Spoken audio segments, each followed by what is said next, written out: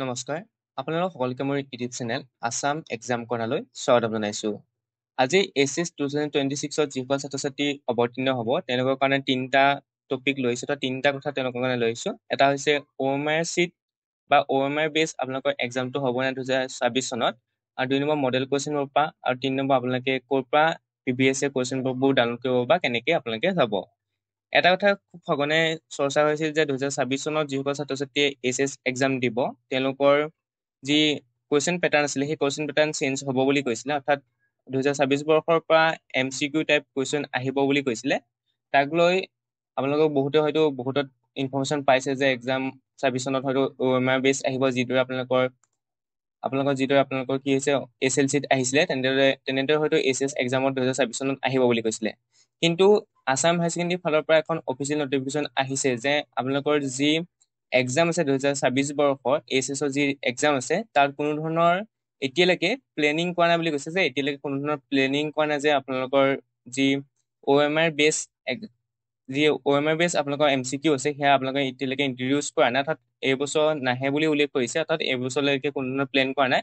গতিকে সেইটো বিষয়ে মই আপোনালোকক সেই নটিচখন দেখুৱাই দিম। ইয়াতে আপোনালোকৰ উল্লেখ কৰিছে, ইয়াত আপোনালোকে চাব পাৰিব। ইয়াত আপোনালোকৰ এছএছ ফাৰ্ষ্ট ইয়েৰ এতিয়া নটিচখন উল্লেখ কৰিছে যে OMR ইয়াতে উল্লেখ কৰিছে this is to clarify that the board has no' plan to introduce OMR answer sheet in the HS final examination. আপোনালোকে ইয়াত ক্লিক কৰে নটিচখন আপোনালোকে ভালদৰে পঢ়িলে দেখিব। ইয়াত কৈছে যে আপোনালোকৰ যিখন recent timings regarding use of OMR answer sheet in the HS final examination 2026 it is clear that the board has no immediate plan to introduce OMR answer sheet in SS final examination of 2026. অৰ্থাৎ 2026 বৰ্ষত আপোনালোকৰ OMR answer seat নাহে, অৰ্থাৎ MCQ question paper নাহে। অৰ্থাৎ আগতে যিদৰে আহিছিল তেনেকে আপোনালোকে এছএছ এক্সাম দিব লাগিব। এতিয়ালৈকে আপোনালোকৰ 2026 চনত OMR চিট নিদিয়ে, অৰ্থাৎ OMR চিটত আপোনালোকে যি MCQ টাইপ আছিলে সেই MCQ টাইপ কুৱেশ্যন আপোনালোকে এক্সাম দিব নাপায়, অৰ্থাৎ সেইটো এক্সাম নাহে। গতিকে আপোনালোকৰ যে আগতে যি কুৱেশ্যন পেপাৰ আহিছিল তেনেকে সেই নিয়মতে অৰ্থাৎ সেইটো চিষ্টেমতে আপোনালোকৰ এই পৰীক্ষাটো অনুষ্ঠিত হ'ব। গতিকে আপোনালোকে এখন নটিফিকেশ্যনখন পালে।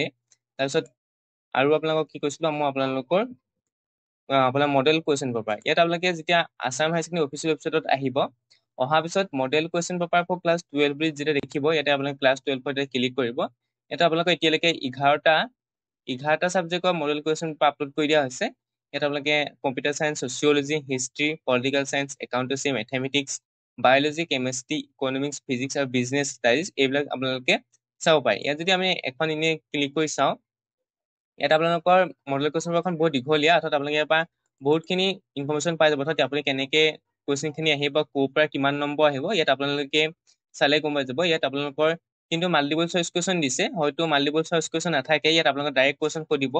ইয়াত আপোনালোকৰ মাল্টিপল চইচ কুৱেশ্যন 5টা মান দি দিছে, সেইকেইটা খালি আপোনালোকৰ মাল্টিপল চইচ কুৱেশ্যন নাহিবও পাৰে, যিহেতু OMR চিট নহয় বুলি কৈছে।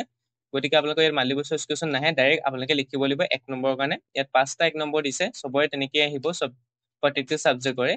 তাৰপিছত আহিলে আপোনালোকৰ ছেকশ্যন বিত তেনেকে আপোনালোকৰ 2 নম্বৰ কুৱেশ্যন কেইটা আহিব সেইটো উল্লেখ কৰিছে, কোনটো ইউনিটিৰ পৰা দিব সেইটোও উল্লেখ কৰি দিছে। গতিকে আপোনালোকে তেনেকেই মডেল কুৱেশ্যন পেপাৰবোৰ চাব পাৰে, তেনেকে কুৱেশ্যনবোৰ আপোনালোকে পঢ়িব পাৰে বা তেনেকে আপোনালোকে প্ৰিপেৰেশ্যন চলাব পাৰে। ইয়াত প্ৰত্যেকৰে ছেকশ্যন চি কোনটো ইউনিটৰ পৰা দিছে সেইটো উল্লেখ কৰিছে। এইখিনি আপোনালোকৰ প্ৰত্যেকটো ছাবজেক্টৰ কুৱেশ্যন পেপাৰ আপোনালোকে দি দিছে। এইখিনি মডেল কুৱেশ্যন হয়, ইয়াত ইংলিছত লিখা আছে, আছামিজত লিখি দিয়া নাই। তাৰপৰা আকৌ ছেকশ্যনটোত আকৌ আপোনালোকৰ মাল্টিপল চইচ কুৱেশ্যনেই দিছে, কিন্তু আপোনালোকৰ মাল্টিপল চইচ কুৱেশ্যন নাহে বুলি, অৰ্থাৎ OMR চিট নাহে বুলি তেনেকৈ উল্লেখ কৰিছে। সেইটো আপোনালোকে হয়তো তেনেকৈ আকৌ ইন্ট্ৰডিউচ কৰিব পাৰে, কিন্তু এতিয়ালৈকে ইন্ট্ৰডিউচ নাই কৰা বুলি উল্লেখ কৰিছে। গতিকে আপোনালোকে প্ৰত্যেকটো ছাবজেক্টৰ এনেকৈ আপোনালোকে যি মডেল কুৱেশ্যন পেপাৰ আছে, ইয়াত খালি ইংলিছত লিখা আছে, ইংলিছত আপোনালোকে এবাৰ ক্লিক কৰি প্ৰত্যেকটোৰে আপোনালোকে মডেল কুৱেশ্যন পেপাৰ চাব পাৰে। ইয়াৰ পৰা আপোনালোকে এনেকে ক্লিক কৰি প্ৰত্যেকটোৰে মডেল কুৱেশ্যন পেপাৰ চাব পাৰে। তাৰপৰা ধৰি লওক আপুনি আগতে যিবিলাক কুৱেশ্যন পেপাৰ আছিলে সেইবিলাক আপোনালোকে চাব বিচাৰে, তেতিয়াহ'লে আপুনি ইয়াত দেখিব এছএছ ছেকেণ্ড ইয়েৰ বুলি। ইয়াত ক্লিক কৰাৰ পিছতে 17, 18, 19, 20, 21, 22, 23, 24, 25 এই গোটেইকেইটা ইয়েৰে আপোনালোকৰ যি প্ৰিভিয়াছ কুৱেশ্যন পেপাৰ আছে, প্ৰিভিয়াছ কুৱেশ্যন পেপাৰবোৰ আপোনালোকে ইয়াত পাই যাব। প্ৰত্যেকটো ছাবজেক্টৰে আছে। ইয়াত যদি আপোনালোকে যিটোতে ক্লিক কৰে সেইটোতে আপোনালোকে নিজৰ ছাবজেক্টটো পাই যাব। 2025 বায়'লজি ধৰি লওক, ইয়াত আপোনালোকৰ মাৰ্কছৰ পেটাৰ্ণটো দিছে যে কোনটো ছাবজেক্টৰ পৰা কিমান আহিছিলে, সেইখিনি আপোনালোকৰ দি দিয়া হৈছে। আছামিজতো থাকিব, ইংলিছতো থাকে যিহেতু কুৱেশ্যন পেপাৰখন। গতিকে যোৱা বছৰ এনেকৈ আপোনালোকৰ 1 নম্বৰ 5টা মান আহিছিলে, 2 নম্বৰ আহিছে, তেনেকৈ আপোনালোকৰ এই বছৰো তেনেকেই আহিব। গতিকে আপোনালোকে ইয়াত কুৱেশ্যন পেপাৰবোৰ ল'ব পাৰিব। ধুনীয়াকৈ আপোনাৰ কুৱেশ্যন পেপাৰ আপলোড কৰি দিয়া আছে, গতিকে আপোনালোকে ইয়াৰ পৰা ডাউনলোড কৰি ল'ব পাৰিব। 24 হওক, 22 হওক, 23 হওক, সকলোৰে আপোনাক আপলোড কৰি দিয়া আছে। 22 কুৱেশ্যন পেপাৰ এইবিলাক আপলোড কৰি আছে, গতিকে আপোনালোকে এই কুৱেশ্যন পেপাৰবোৰ লৈ প্ৰিপেৰেশ্যন চলাব পাৰিব। আগৰ কুৱেশ্যন পেপাৰৰ যিহেতু কুৱেশ্যন আহে, গতিকে আপোনালোকৰ সেইখিনি চাব পাৰিব। তাৰপৰা আৰু এটা কথা হ'ল, আপোনালোকৰ যি এক্সাম আছে 2026 বৰ্ষৰ এইচএছৰ এক্সাম আছে, এতিয়ালৈকে যিহেতু টাইম টেবুল দিয়া নাই, ছেপ্টেম্বৰ হয়তো আপোনালোকৰ অক্টোবৰ নৱেম্বৰত হয়তো আপোনালোকৰ টাইম টেবুল আহি যাব, অৰ্থাৎ আপোনালোকৰ যিখন সময়সূচী আছে সেইখন আহি যাব।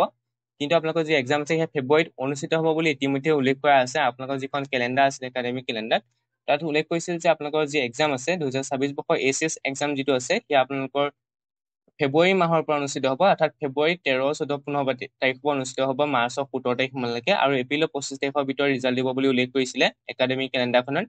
গতিকে এই বুলিও আপোনালোকৰ এক্সাম যি আছে এইচএছৰ 2026ৰ যি এক্সাম আছে, সেয়া আপোনালোকৰ ফেব্ৰুৱাৰী মাহৰ প্ৰথম সপ্তাহত, অৰ্থাৎ 13, 14, 15 তাৰিখৰ পৰা বা ছেকেণ্ড সপ্তাহৰ পৰা অনুষ্ঠিত হ'ব। আগতে অৰ্থাৎ 25 বৰ্ষৰ যিদৰে অনুষ্ঠিত হৈছিলে 13 তাৰিখৰ পৰা, হয়তো এইবাৰো আপোনালোকৰ 13 তাৰিখৰ পৰা আপোনালোকৰ এইচএছৰ ছেকেণ্ড ইয়েৰ এক্সাম অনুষ্ঠিত হ'ব। গতিকে আপোনালোকৰ যিখন টাইম টেবুল আছে সেইখন পালে আপোনালোকে গম পাই যাব, কিন্তু আপোনালোকৰ এক্সাম যে ফেব্ৰুৱাৰী মাহত অনুষ্ঠিত হ'ব সেইটো আপোনালোকৰ খাটাং। গতিকে আপোনালোকক এইকেইটা বিষয় মই জনাই দিলোঁ। গতিকে আপোনালোকে এইকেইটা বিষয় হয়তো ক্লিয়াৰ পাই গ'ল। গতিকে আপোনালোকে যদি কুৱেশ্যন পেপাৰ ডাউনলোড কৰিবলৈ হয়, এনেকৈ আহিব লাগিব অফিচিয়েল ৱেবছাইটত, Assam higher secondary model question paper চাবৰ কাৰণেও আছাম হায়াৰ ছেকেণ্ডেৰী অফিচিয়েল ৱেবছাইটতে আহিব লাগিব। লগতে আপোনালোকে CBSE কুৱেশ্যন বেংকো চাব পাৰে, CBSE কুৱেশ্যন পেপাৰখন চাব পাৰে। ইয়াত CBSE গোটেই ছাবজেক্ট কেইটা দিয়া আছে, ইয়াৰ পৰা আপোনালোকে CBSE কুৱেশ্যন বেংকো আপোনালোকে ল'ব পাৰে। ইয়াত ক্লিক কৰিলে CBSE কুৱেশ্যন বেংকো পাই যাব। ইয়াত আপোনালোকে এনেকৈ আপোনালোকৰ প্ৰত্যেকটো ছাবজেক্টৰে আপোনালোকে কুৱেশ্যন বেংকবোৰ চাব পাৰে। এইখিনি আছিল ইনফৰ্মেশ্যনখিনি। যদি ভিডিঅ'টো চাই উপকৃত হ'ল, লাইক, কমেণ্ট, শ্বেয়াৰ কৰিব, লগতে চেনেলটো ছাবস্ক্ৰাইব কৰি দিব। Thank U.